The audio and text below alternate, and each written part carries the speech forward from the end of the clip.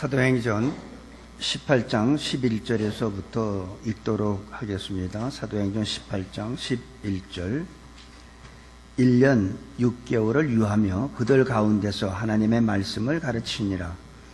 갈리오가 아가야 총독되었을 때에 유대인이 일제히 일어나 바울을 대적하여 재판자리로 데리고 와서 말하되 이 사람이 율법을 어기어 하나님을 공경하라고 사람들을 권한다 하거늘 바울이 입을 열고자 할 때에 갈리오가 유대인들에게 이르되 너희 유대인들아, 만일 무슨 부정한 일이나 괴악한 행동이었으면 내가 너희 말을 들어주는 것이 가하거니와 만일 문제가 언어와 명칭과 너희 법에 관한 것이면 너희가 스스로 처리하라.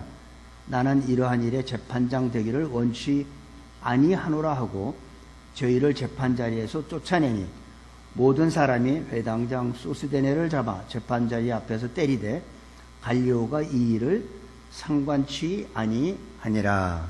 아멘.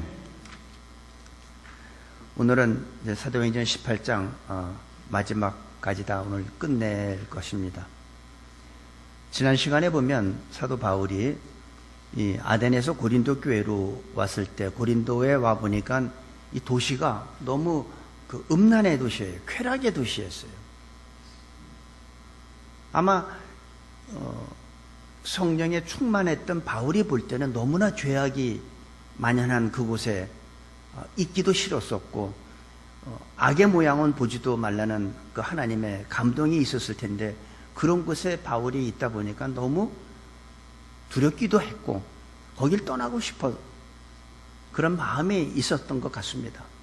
9절에 보니까 뭐라 하냐면 밤에 주께서 환상 가운데 바울에게 말씀하시되 두려워하지 말며 잠잠하지 말고 말하라. 아마 사도 바울은 두려움이 좀 있었던 것 같아요. 우리들도 믿는 사람과 이렇게 대화를 할 때는 대화가 되지만 전혀 예수를 믿지 않는 사람하고 만나면 사실은 이 대화에 연결이 되질 않습니다. 왜냐하면 한쪽은 세상적인 얘기, 육적인 얘기라고 한쪽은 영적인 얘기를 하니까 대화가 되질 않습니다.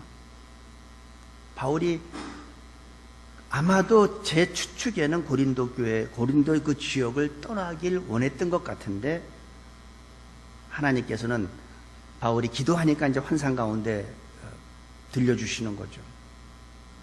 두려워하지 말라. 내가 너와 함께 한다. 우리가 살다 보면은 어려움이 올 때가 있죠. 여러분도 그렇고 저도 그렇고 우리가 살다 보면 다 좋은 것만 있는 건 아니에요.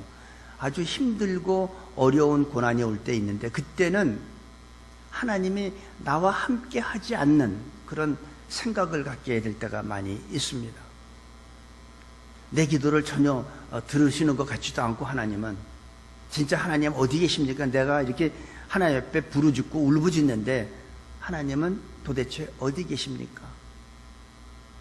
이런 생각을 할 때가 많이 있죠. 그런데 그때도 하나님은 나와 함께 하십니다. 내가 어렵고 고난스러울수록 하나님은 더 가까이 계시는 거예요. 그걸 여러분들이 쉽게 이해하려면 다 자녀를 키워봤으니까 아시겠지만 자녀가 만약에 너무나 아파서 힘든 가운데 있으면 어머니가 잠도 못 자잖아요. 그 아픈 아이한테 물수건 해주고 밤을 꼬박 새면서 가장 가까운 데서 간호를 해주는 걸 우리가 알 수 있듯이 다만 그 아들은 너무 아프다 보니까 혼매한 상태에서 엄마가 바로 옆에서 간병하는 것도 모르고 있는 것 같이 우리들도 그래요. 내가 가장 고난 가운데 있을 때 하나님은 나한테 더 가까이 계시다는 그 사실을 꼭 깨닫기 바랍니다. 내가 힘들고 어려울 때 하나님이 안 계신 게 아니에요. 더 가까이 계세요. 이 사도 바울이 너무 힘들 가운데 있으니까 하나님께서 두려워 말라. 내가 너와 함께 합니다. 바울은 이 죄악이 만연한 이 음행의 도시, 쾌락의 도시인 고린도에서 1년 6개월을 11절에 보니까 그랬습니다. 1년 6개월을 유하며 그들 가운데서 하나님의 말씀을 가르쳤다 그랬어요.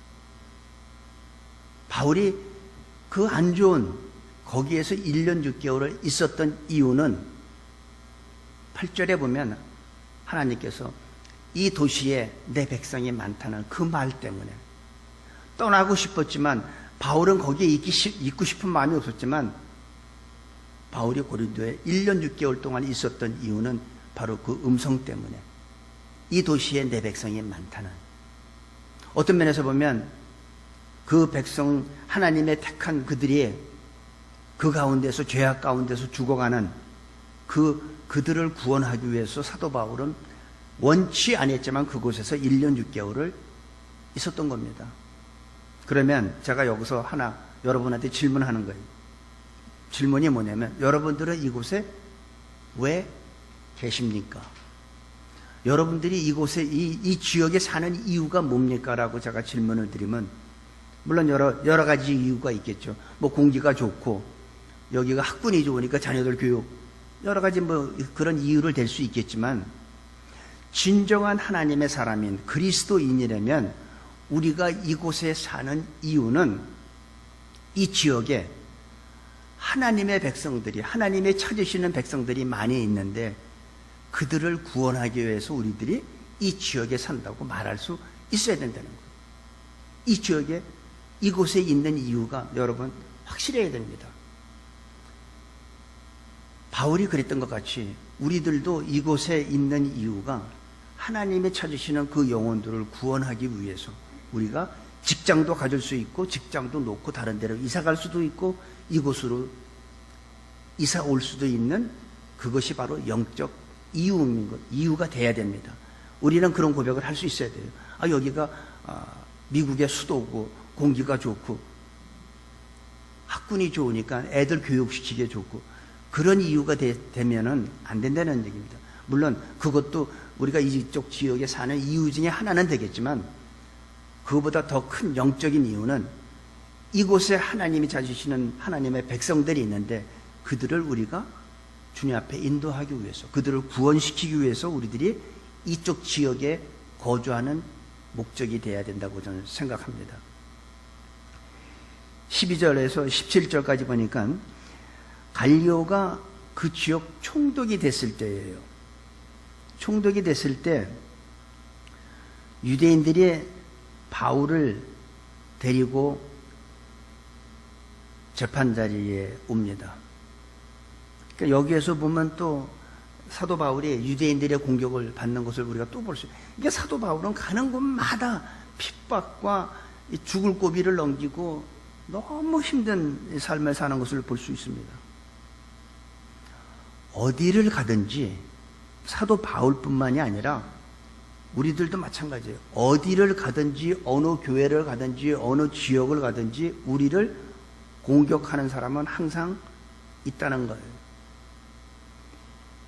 우리를 항상 환영만 해주는 곳은 그 어느 곳도 없어요. 여러분들이 저희 교회 오시기 전에 다른 교회에 계신 분도 계실 거고, 거기에서 어때요? 여러분 다 모든 사람이 다 환영했습니까? 아닐 거예요. 그렇다고 여기 왔다고 해서 모든 사람이 다 환영합니까? 그런 곳은 세상 어디에도 없습니다. 어디를 가나 우리를 반대하고 싫어하고 공격하는 사람이 있기 마련입니다. 어디나 있어요. 80%가 날 좋아해도 20%는 날 싫어할 수가 있다는 거예요. 내가 하는 것마다 공격하고 반대하고 그럴 수가 있다는 거죠. 그렇다고 누가 나를 반대하고 공격한다고 해서 그걸 무서워하고 두려워하고 피하지 말라는 거예요. 그걸 피하면 안 됩니다. 하나님은 항상 어떻게 해요? 두려워 말라. 내가 너와 함께 함이니라. 두려워하지 말라는 거예요. 걱정하지 말라는 거예요. 그것이 공격하고 공격이 있고 나를 핍박한다고 해서 그걸 피하지 말고, 우리가 해야 될 일이 있으면 피하지 말고 하라는 거예요. 사도 바울은 그랬잖아요. 말하라. 잠잠히 있지 말고 말하라.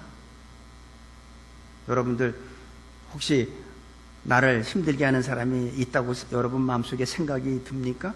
피하지 마시고 주님을 위해서 내가 할 일이 있다면 하세요. 피한다고 가서 다른 지역 간다고 해서 나를 공격하는 사람이 없을 것 같습니까? 마찬가지예요. 또 있어요. 바울은 가는 곳마다 핍박을 받았고 매를 맞고 많은 어려움을 겪었습니다. 근데 이 바울의 그 핍박을 12절에 보니까 갈리오가 이 총독되었을 때 유대인들이 바울을 데리고 재판, 총독 앞에 데리고 갑니다. 근데 이 총독이 아주 재미나는 말을 합니다. 바울이 이제 억울하니까 자기가 입을 열어서 말을 하려고 그래요. 자, 여기서 보니까 13절 말하되 이 사람이 율법을 어겨 하나님을 공경하라고 사람을 권한다 하거늘 하고선 총독한테 가서 재판자리에 끌고 가서 좀 고소를 하니까 바울이 14절에 바울이 자기가 자기 자신을 변호하기 위해서, 변명하기 위해서 나는 잘못한 게 없다 뭐 이런 얘기 하려고 했겠죠.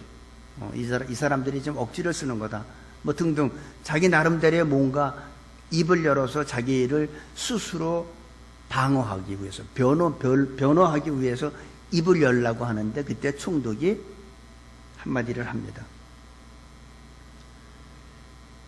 갈리오가 유대인들에게 이르되 너희 유대인들아 만일 무슨 부정한 일이나 괴악한 행동이나 이게 무슨 잘못한 것이 있다면 무슨 괴악한 일이든지 뭐 그런 일을 했으면 부정한 일을 했으면 내가 니네 말을 듣고 재판을 하겠지만은 단서를 달아요. 너희들의 언어나 너희들의 종교에 관한 문제라면은 나가라는 거예요. 거기에 나는 관여하지 않겠다는 거예요. 참 아주 지혜롭게 얘기를 합니다. 정치와 종교는 어떤 관계가 있습니까? 대부분 바울을 그동안에 유대인들이 할 때는 바로 이런 일 때문에 로마 황제가 따로 있는데도 예수를 새로운 왕이라고 하면서 정치적으로 엮어서 항상 예수님도 십자가에 죽였고 바울도 계속해서 그런 식으로 했는데 이 총독은 굉장히 지혜로운 사람이에요. 니네 종교적인 문제를 가지고 이 정치적인 문제로 끌고 오지 말라는 거예요. 다시 말해서 종교와 정치는 어떻게 다릅니까? 종교는 종교고 정치는 정치죠. 종교가 정치를 이용하게 되면은 그 종교는 타락하게 됩니다. 또 정치가 종교를 이용하면 그 정치도 썩어버립니다. 그래서 왜 그 정치인들이 보면 무슨 선거 때만 되면 종교 어느 단체에 왜 갑니까? 정치인들이 종교를 이용하려고. 또 종교가 정치적이 되면 그건 진정한 복음이었고 거긴 타락하게 돼 있어요. 만약에 종교가 이 세상법 위에 군림하게 되면 어떻게 될까요? 그럼 교황이 취재하는 거죠. 교황이. 그래서 갈릴레오가 죽었습니다. 여러분 갈릴레오 아시죠? 지동설을 말했던. 지구는 돌고 태양을 중심으로 해서 지구가 돈다니까 결국은 갈릴레오가 죽었어요. 왜? 종교가 정치화되기 때문에. 종교는 종교고 정치는 정치입니다. 이게 섞이면 안 돼요. 그건 사람들이 많이 혼동하는 사람들이 있는데 만약에 이 사람이 무슨 부정한 일이나 정말 어떤 악을 저질렀으면 내가 너희 말을 듣고 내가 재판을 하겠지만 너희 종교에 관한 것이라면 나가라는 거예요. 그래가지고 이들이 나가서 회당장을 잡아옵니다. 거기 보니까 17절에 보니까 모든 사람이 회당장 소스데네를 잡아 재판자리 앞에서 때리되 갈리오가 이 일을 상관치 아니하니라. 유대인들은 바울을 데려왔는데 총독이 내쫓으니까 유대인들이 어떻게 해요? 회당장을 잡아다가 와서 때리는데 왜 때립니까? 유대인들이 회당장을 때리는 이유는 뭐냐면 자기네를 배신하고 유대교 율법을 지키지 아니하고 예수를 믿었다는 거죠. 다시 말해서 자기네를 배신하고 예수를 믿었기 때문에 때리는 거예요. 그 회당장 때문에 많은 고린도 사람들이 예수를 믿게 됐기 때문에.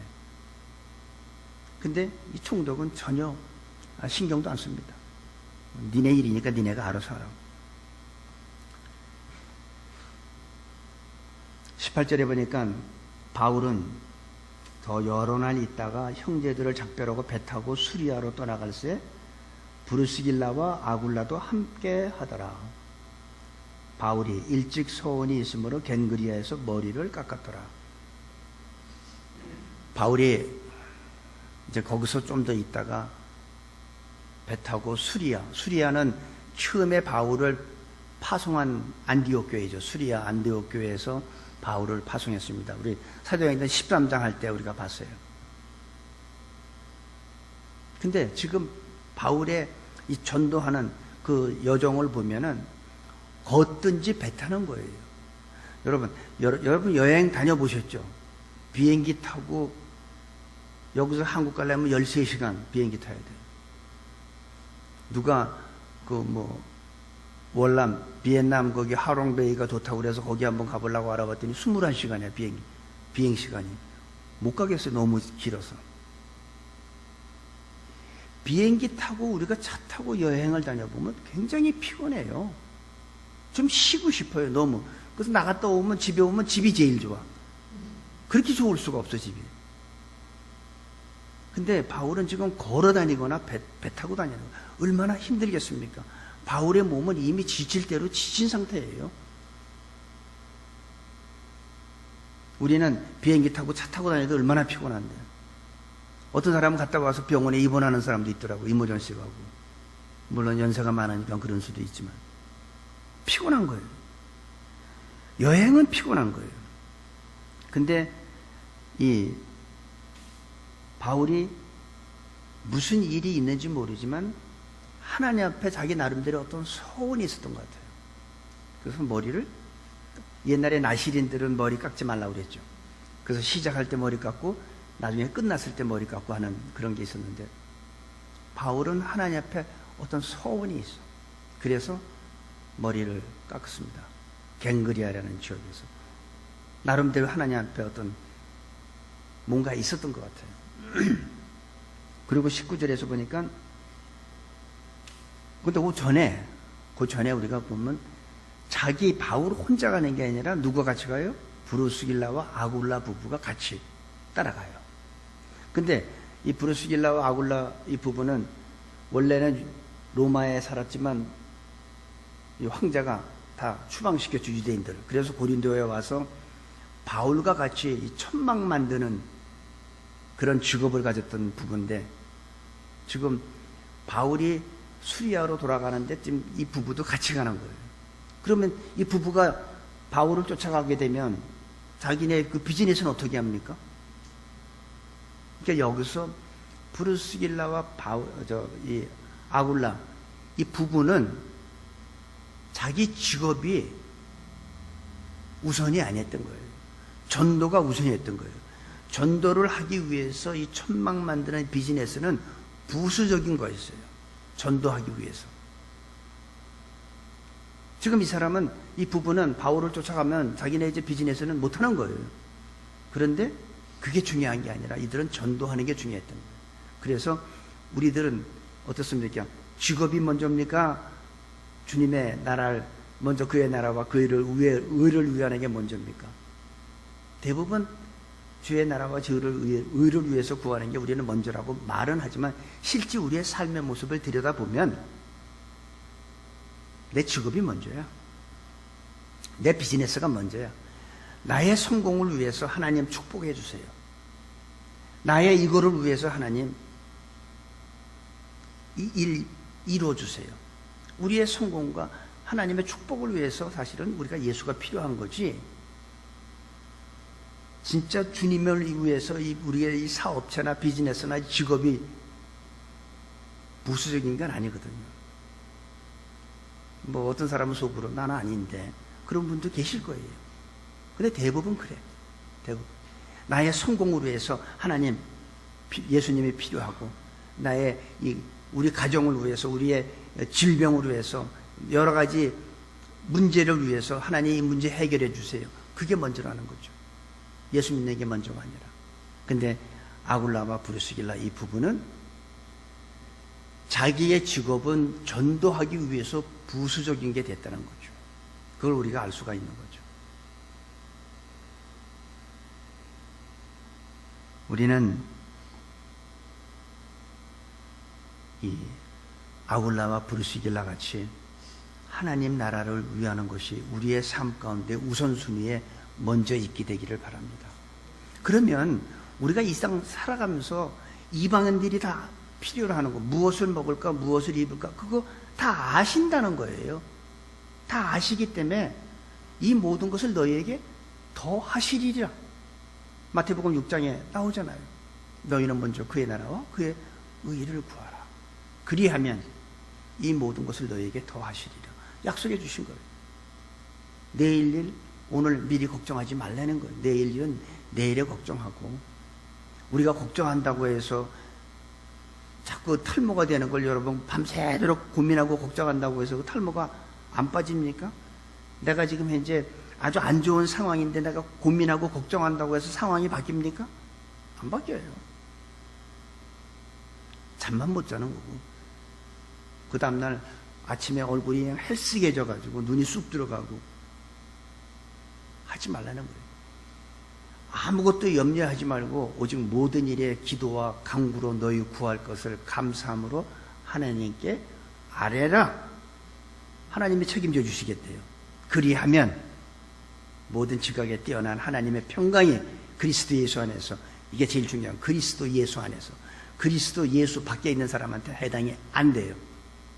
그리스도 예수 안에서 너의 마음과 생각을 지키시리라 약속해 주셨어요. 그 약속의 말씀을 못 믿으면 우리가 예수 믿고 구원받는 거 어떻게 믿을 수 있습니까? 하나님 말씀은 100% 다 이루어지는 겁니다. 믿으셔야 돼요. 그거 못 믿으면,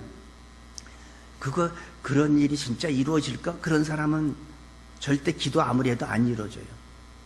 두 마음을 품은 사람은 하나님 앞에 아예 간구하지도 말라고 그랬어요. 우리는 구할 때 믿음으로 구하는 거예요.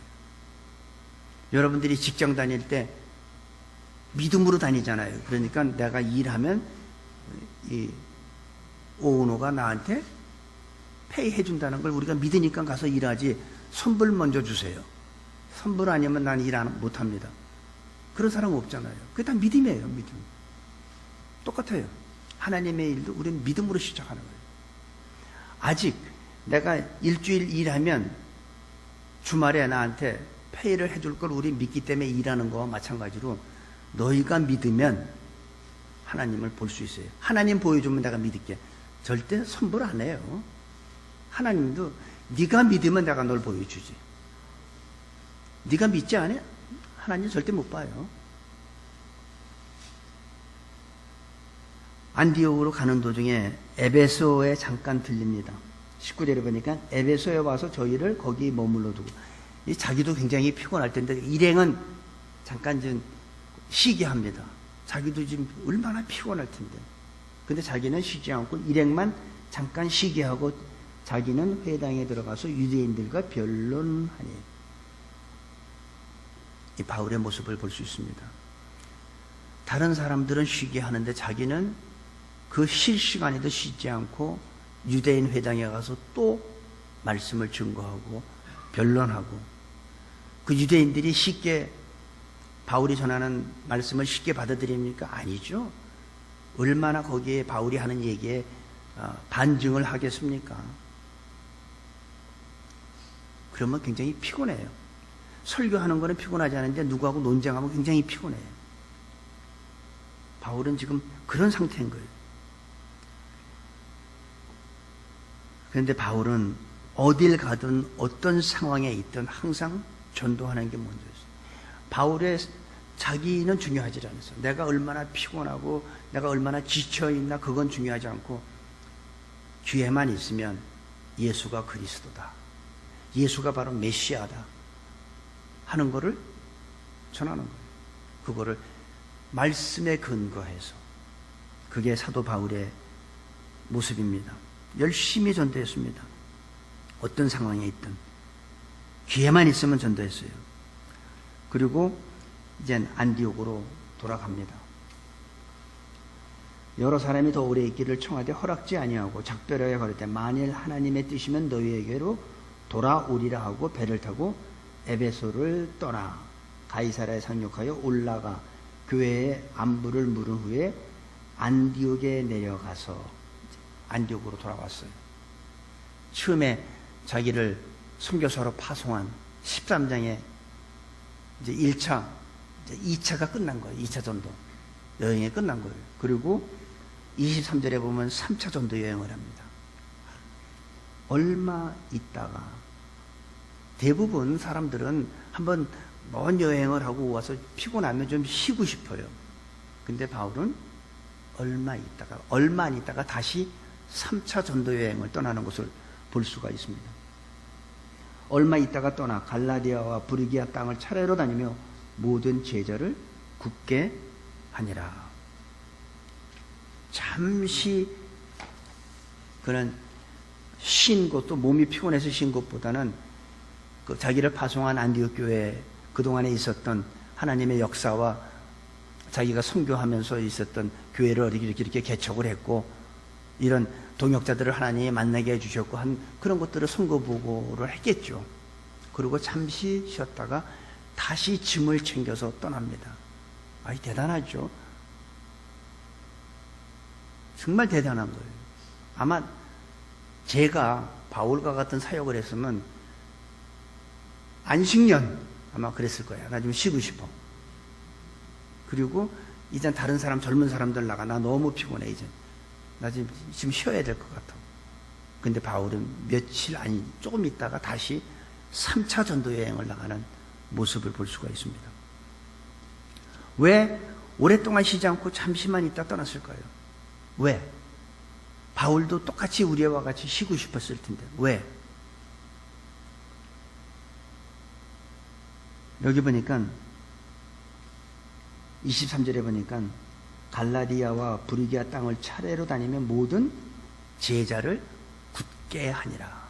자기가 복음 전에서 예수님을 영접한 그들을 다시 가서 확인하기 위해서 그들의 믿음을 굳게 하고 양육하기 위해서 다시 또 가는 거예요.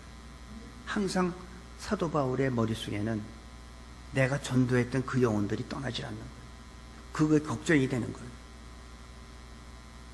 우리가 선교사님들이 선교지에 있다가 잠시 오면은 선교사님하고 같이 식사하면서 얘기를 하다 보면 그런 얘기를 많이 해요. 선교지도 그 고향이 아니고 그렇다고 집에 돌아와도 여기도 고향이 아니라고. 거기 있을 땐 여기가 오고 싶고 여기 오면 또다시 거기 생각이 나서 또다시 나가는. 바울은 머릿속에 항상 와서 편안하게 좀 쉬고 싶었지만 자기가 전도했던 그 영혼들이 생각이 나니까 머물 수가 없는 거예요. 여러분 혹시 전도하신 경험 있죠? 여러분들이 처음에 복음 전해서 예수 믿은 영혼 기억하십니까? 언제 마지막 전화한 게 언제입니까? 내가 처음에 그 영혼 전도했을 때 아직도 그분에 대한 뜨거운 열정이 아직도 있습니까? 있어야 돼요, 우리. 바울의 모습을 보면 항상 예수 그리스도 이 복음 전하는 것뿐만이 아니라 이 복음 전하면서 마음속에 뜨거운 열정이 있는 거야. 내가 전도한 그 영혼들 믿음에 굳게 서게 하기 위해서 또 나가는 거예요. 피곤한데도. 몸이 얼마나 힘들고 피곤한데도 그래도 나가는 바울의 모습. 우리는 도전받아야 됩니다. 내가 전도했던 그 영혼, 그 사람한테 마지막 내가 연락한 게 언제입니까? 기억도 없죠. 그 사람에게 지금도 열정이 있는지 자기 자신한테 우리는 한번 확인해 봐야 됩니다. 저는 어저께 이름 모르는 어떤 분한테 카톡이 왔어요. 뭐 사진을 보니까 목사님하고 사모님이 너무 좋다고. 근데 보니까 보낸 사람이 이름 대신 성령 충만이라고 있어요. 그래서 참 성령 충만 너무 좋은데 사진도 없고 이름도 없어서 누군지 모르겠는데 혹시 누구시냐고 그랬더니 옛날에 제가 복음 전했던, 그래서 부부가 다 예수님을 믿고 같이 침례받았던 이종권, 마소연, 그분이 연락이 왔어요. 아직도 자기는 영적 아빠 엄마로 생각이 있다면서 변하지 않는다고. 오히려 그분이 열정이 있어요. 저는 열정이 식었는데. 우리는 바울과 같이 바울의 이 사역을 보면서 우리는 도전받아야 돼요. 내가 전했던, 내가 복음 전했던 그 사람에 대한 아직도 열정이 있어야 돼요. 그리고 바울과 같이 계속 그 사람들의 믿음을 굳게 해야 돼요. 딴 데로 빠지면 안 되니까. 내가 그분한테 연락한 지가 언젠가 한번 생각해 보시면 아마 하나님께서는 나한테 부끄러움 주실 거예요. 연락하시고 지금도 뜨거운 열정을 갖게 되기를 바랍니다. 24절 보니까 알렉산드리아에서 난 아볼로라 하는 유대인이 에베소에 이르니 이 사람은 학문이 많고 성경에 능한 자라. 학문이 많고 성경에 능하대요. 그가 일찍 주의도를 배워 열심으로 예수에 관한 것을 자세히 말하며 가르치나 요한의 침례만 알 따름이라. 그러니까 이 사람이 어려서부터 성경을 배웠고 예수님에 대해서도 잘 알고 성경에 대해서도 능하기 때문에 사람들한테 지금 말씀을 전하고 가르치는 사람이에요. 그런데 여기에서 뭐를 지적하냐면 요한의 침례만 알 뿐이라. 그 얘기는 뭐예요? 성령 침례에 대해서 모른다는 얘기죠. 우리 19장에 가면은 바울이 우찌방을 지나서 에베소로 왔을 때 너희가 믿었을 때 성령을 받았느냐? 그러니까 그들이 우리는 성령이 있음도 듣지도 못했다. 이런 얘기를 합니다. 지금 이 아볼로라는 사람이 성경에도 능하고 예수님에 대해서도 잘 알아요. 그래서 사람들한테 말씀을 가르치고 있는데 오직 요한의 침례만 압니다. 근데 여기서 20절에 보니까 그가 회당에서 담대히 말하기를 시작하거늘 브리스길라와 아굴라가 듣고 데려다가 하나님의 도를 더 자세히 풀어 이르더라. 이 브리스길라와 아굴라는 가만히 듣다 보니까 이 사람이 아직 성령의 그 체험을 못한 거를 말씀 가운데서 아는 거예요. 그러니까 여러 사람 앞에서 막 이 사람이 말씀을 가리키는데 아굴라와 브리스길라 여기 있다가 손 들고선 당신 지금 잘못하는 거야? 그거 아니야. 이렇게 했으면 아볼로가 얼마나 부끄럽겠어요. 이 아볼로는 고린도 교회 아주 중요한 기둥입니다. 그래서 고린도 교회가 분쟁이 있을 때 나는 아볼로에 속했고 나는 바울에 나는 게바에 속했고 나는 그리스도에 속했다고 이렇게 막 교회가 갈라지는 걸 볼 수 있죠. 그 중에 하나가 아볼로예요. 근데 브리스길라와 아굴라 이 부부는 이 아볼로를 조용히 데려다가 다른 사람 앞에서 망신 주지 않고 조용히 데려다가 자세하게 가르쳐 줍니다. 당신은 요한의 침례만 아는데 모든 성경은 뭘? 하나님의 감동으로 됐기 때문에 성령의 감동함이 없으면 하나님의 말씀을 올바로 이해할 수도 없고 올바로 풀어낼 수도 없는 거예요. 그러니까 아마 제 생각에는 아볼로를 이 브리스길라 이 부부가 아볼로한테 가서 오늘 말씀에 너무 은혜 받았다고 오늘 그 말씀에 너무 감명 받았다고 하면서 제가 한번 식사 한번 대접하고 싶은데 자리 한번 내주시겠냐고 그러고선 데려다가 이제 얘기한 거겠죠.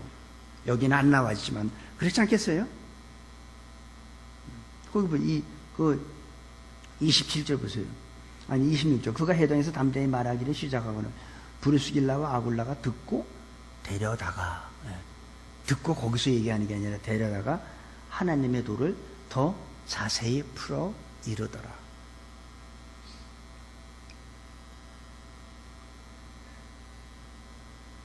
일찍 주의 도를 배워서 학문과 성경에 능한 사람입니다. 성경을 가르치고 또 성경도 잘 알고 예수님도 잘 아는데 요한의 침례만 알고 있다는 그 얘기는 성령 침례에 대해서는 무지하다는 거죠. 무지하다는 거.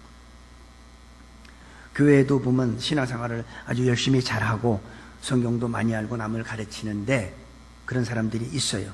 근데 성령에 대해서는 무지한 사람들이 있습니다. 나는 모태신앙이야. 그래서 굉장히 자기에 대해서 많이 이렇게 얘기를 하는데 성경, 주일학교에서도 성경 가르치고 다 해요. 다 하는데 성령에 대해서는 무지한 거죠. 제 친구 하나가 모태신앙인데 내가 성령 얘기하니까 성경에 그런 것도 있냐고. 그럼 뭐 전혀 성경도 모르는 거죠. 여러분, 성경은 성령의 감동함으로 쓰여졌기 때문에 성령의 감동함이 있어야지 하나님이 기록한 말씀은 올바르게 이해할 수 있는 겁니다. 내가 성령의 감동함이 없으면 내 지식적으로 내가 임의로 해석을 해요. 그러니까 사람들이 뭐라 그래요? 뭐 코에 걸면 코걸이, 귀에 걸면 귀걸이. 절대 아닙니다. 왜 성경이 코에 걸면 코걸이고 귀에 걸면 귀걸이입니까? 그건 성령의 감동함이 없으니까 그렇게 보는 거죠. 성령의 감동함이 있으면 하나님께서 여기 기록한 목적을 분명히 알게 되니까 올바로 풀어서 증거할 수가 있죠. 27절 아볼로가 아가야로 건너가고자 하니 형제들이 저를 장려하며 제자들에게 편지하여 영접하라 하였더니 저가 가매 은혜로 말미암아 믿은 자들에게 많은 유익을 주니 이는 성경으로서 예수는 그리스도라고 증거하여 공중 앞에서 유력하게 유대인의 말을 이김일러라. 이 아볼로가 말도 잘하고 성경도 많이 아니까 이제는 브루스길라와 아굴라가 데려다가 하나님의 도를 자세히 풀어 가르쳐주고 난 다음에 이 아볼로는 유대인들한테 말로 지지라네요.